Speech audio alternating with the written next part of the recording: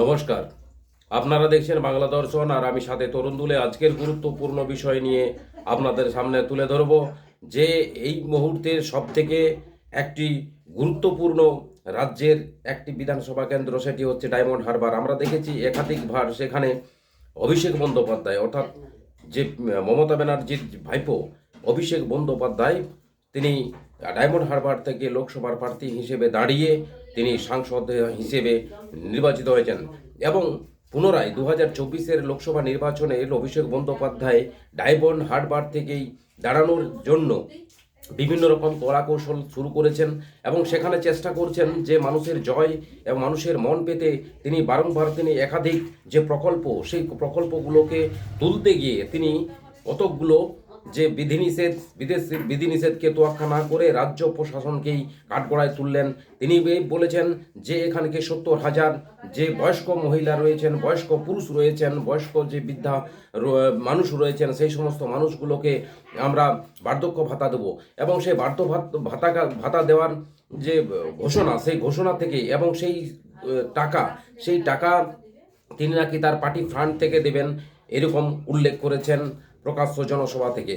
তাহলে কি পরিষ্কারভাবে রাজ্য সরকার, যে দুয়ারের সরকার সংগঠিত হচ্ছে বা কর্মকাণ্ড চলছে, সেই দুয়ারের সরকার কি ব্যর্থ বলে তিনি মনে করছেন, যে কারণেই তাকে বাধ্য হয়ে তৃণমূলের কোষাগার থেকে, তৃণমূলের কর্মীদের কাছ থেকেই টাকা সংগ্রহ করে তিনি ওই যে সমস্ত 70,000 বার্ধক্য বয়স্কজনিত মানুষ রয়েছেন, সেই বয়স্কজনিত মানুষদেরকে তিনি বার্ধক্য ভাতা হিসেবে একদিকে ক্ষতিপূরণ দিবেন বলে বা প্রত্যেক মাসে দেওয়ার জন্য যে প্রতিশ্রুতি দিয়েছেন, একদিকে তিনি রাজ্য সরকারকেই মূলত কাঠগড়ায় তুললেন এবং রাজ্য সরকারের যে প্রশাসনিক কাজকর্ম, যেখানে দুয়ারে সরকারের মতো যে কাজ, সেই কাজকে তিনি কাঠগড়ায় তুললেন।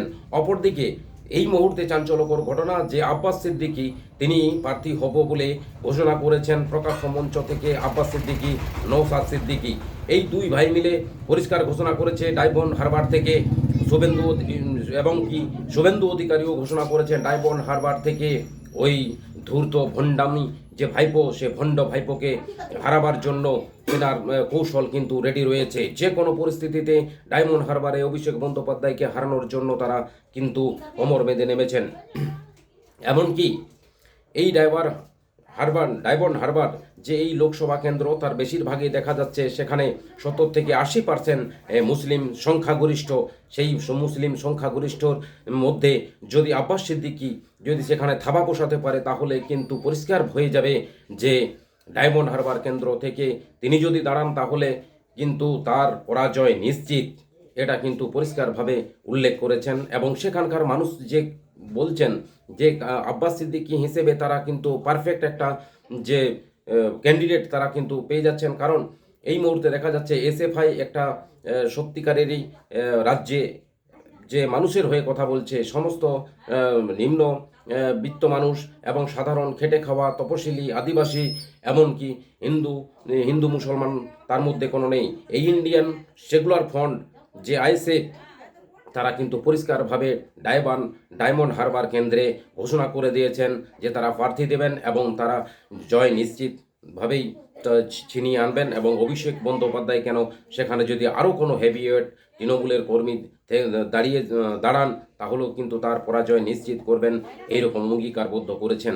এবং সেখানকার মানুষও চাইছেন যে অভিষেক বন্দ্যোপাধ্যায় তাকে পরাজয় করার যে কৌশল তারা নিয়েছেন, সেটা পরিষ্কারভাবে জনসাধারণ সেখানকার বলছেন। অপরদিকে শুভেন্দু অধিকারীও কিন্তু কোমর বেঁধে নেমেছেন অভিষেক বন্দ্যোপাধ্যায়কে এই ডায়মন্ড হারবার লোকসভা কেন্দ্র থেকে তাকে পরাস্ত করার জন্য। যে কোনো প্রকারে, যে কোনোভাবেই তাকে ওই লোকসভা কেন্দ্র থেকে তাকে হার নিশ্চিত করবেন। এমনকি তিনি উল্লেখ করতে চাইছেন যে যেখানে তার পিসিকে হারিয়েছি, সেখানে তার ভাইপো তো আমার কাছে মামুলি ব্যাপার। আপনারা দেখতে থাকুন সেই ফুটেজ। আব্বাস সিদ্দিকী তিনি পরিষ্কারভাবে কি বলতে চাইছেন ভাঙড়ের জনসভা থেকে